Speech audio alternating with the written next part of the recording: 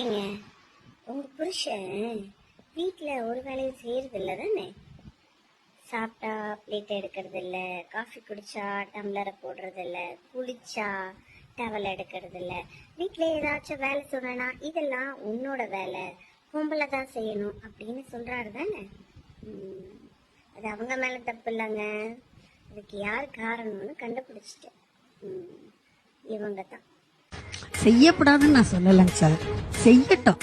இது இந்த பெருக்கிறது அதெல்லாம் ஒரு ஒரு ஒரு ஆம்பளை வந்து ஒரு தொடப்பத்தெல்லாம் எடுக்கக்கூடாது. அதுதான் அதெல்லாம் கொஞ்சம் ஏத்துக்கிற மாதிரி இல்லைங்க சார். அம்மா சொல்றதே கேட்டுக்கிறேன் சார். என்னன்னு இந்த பெருக்கிறது துடைக்கிறது இந்த வேலையெல்லாம் இல்லாம மற்ற வேலைகள்லாம். அப்ப அதெல்லாம் மனைவி செய்யலாம். ஆமா சார்.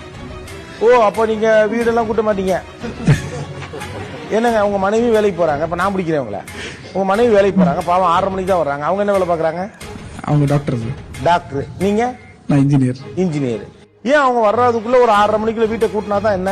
இல்லம்மா, இதெல்லாமே ஒரு யதார்த்தமான வீட்டு வேலையாவே நான் பார்த்து பண்ணி கொடுக்குறேம்மா சார். நான் இதுவே வச்சுக்கிறேன் சார்.